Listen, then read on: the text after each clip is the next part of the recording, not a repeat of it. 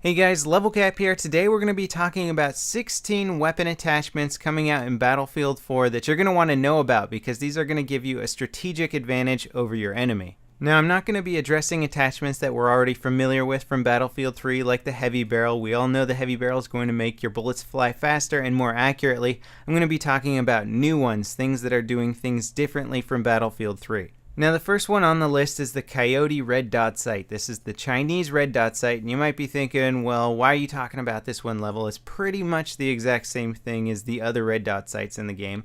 And for the most part, you're right, except that the Coyote Red Dot Sight has a red dot in the center instead of, say, the Cobra Sight, which has the 3 prongs.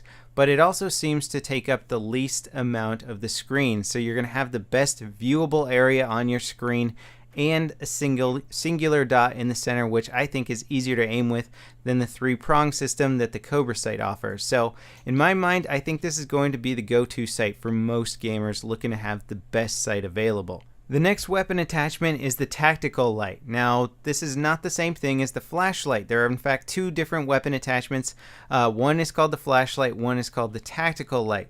Now, the tactical light only turns on while you're aiming down sights. This is a great addition to the game. It's something that I actually was sort of theorizing on and wanting in the game because it's something that is very necessary for running across open areas. You don't want your tactical light on, giving away your position, but when you get into the action and you're ready to take out your opponents and potentially blind them while coming around to corners, you can do that easily by simply aiming down the sights without having to set up something weird with your mouse that toggles the flashlight on or off when you're aiming.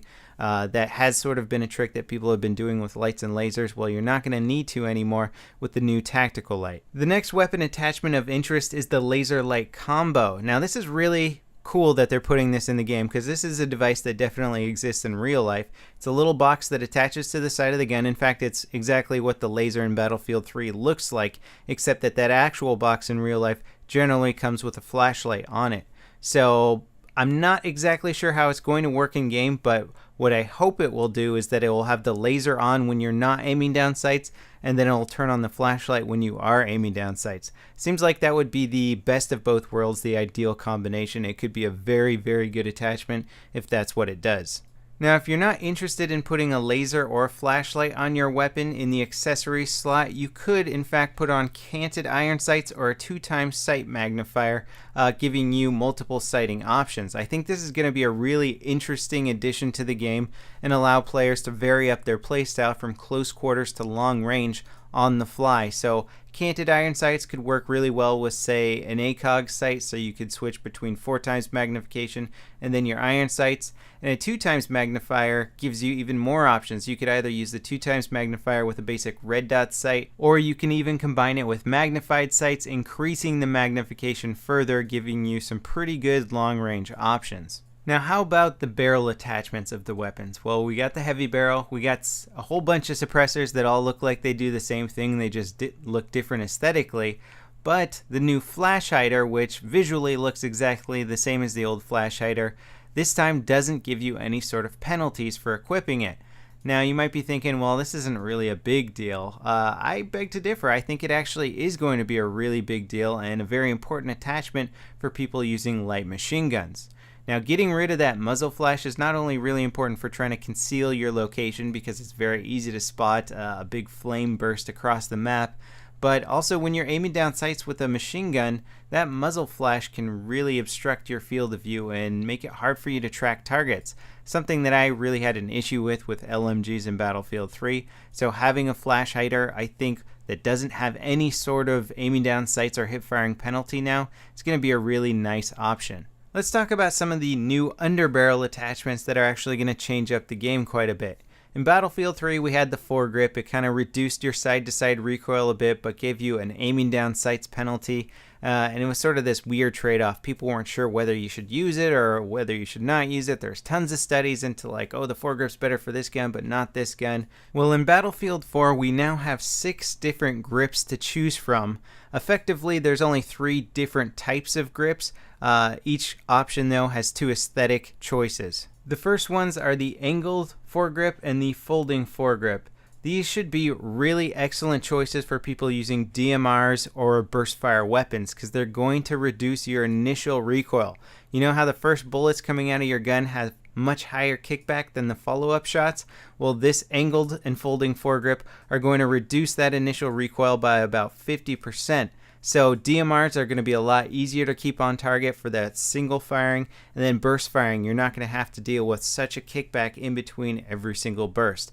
Not to mention pretty much any other weapon in the game having reduced recoil is going to be a big help anyway.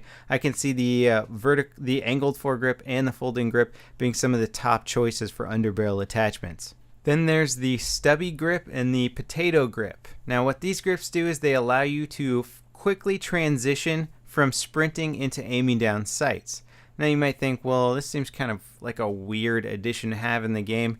And I gotta say, if you're trying it out, it's gonna be great for players with quick reflexes, twitch players, people who like to bunny hop around the map and then stop and shoot at somebody. We've all been in those situations where you're rushing an objective, the enemy team's dug in, they have good cover, and you're coming around a corner and somebody pops out from behind some cover. They're already aiming down sights, they're ready to shoot at you, and the time it takes for you to stop sprinting, bring up your gun, aim down sights, and start returning fire is long enough that you're pretty much guaranteed to lose that firefight. These grips should help you out in those specific situations. Then we have the ergo grip and the vertical grip. Now the vertical grip is back from Battlefield 3, but this time it's doing something completely different. What these grips do is they allow you to have better accuracy while you're moving around, both while aiming down sights or firing from the hip. Your accuracy bloom, your accuracy spread is reduced by 50%. This is a huge benefit, and it's going to work incredibly well on weapons with good hip fire that you're going to be running and gunning with. If you use it in combination with a laser sight, it's going to be even better, and I can already imagine some combinations in my head. Think of any of the engineer PDWs or bullpup weapons using vertical grips and a laser sight. They're going to be absolute death machines when shooting from the hip. Now the next weapon attachments I want to talk about are all recon specific, and they all kind of work together. They're all related. The first one is the Hunter 20 times sight. This is a very high times magnification sight. The highest one we had in Battlefield 3 was only 12 times. This leads me to believe that there's going to be some even longer range engagements. And then on top of that, we're getting the ballistic 40 times sight. I cannot believe we're actually getting a 40 times sight in this game. It's kind of like having a telescope on your gun. Then you also have a 14 times variable zoom, which can be used with any high-powered sight. And this just gives you a lot of options. Say you have a 40 times crazy long range ballistic sight, and you just don't need that kind of magnification because you see some guy who's only 100 feet away from you and you don't want his head the size of your entire screen when you aim down sights.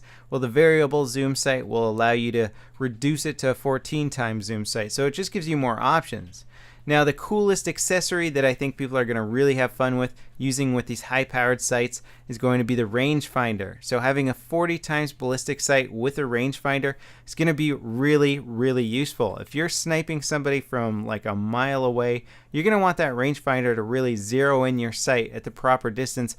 Otherwise, getting those headshots or even hitting anybody in general is going to be incredibly hard. I think using the combination of rangefinder and 40 times sight is going to allow snipers to actually hit their targets much more frequently compared to Battlefield 3 from those extreme distances. We're getting a lot more options for how to customize our weapons in Battlefield 4 compared to Battlefield 3. I think all these attachments are really well thought out. It's going to be a lot of fun customizing your gun now with accessories, lots of new optics, lots of new underbarrel stuff.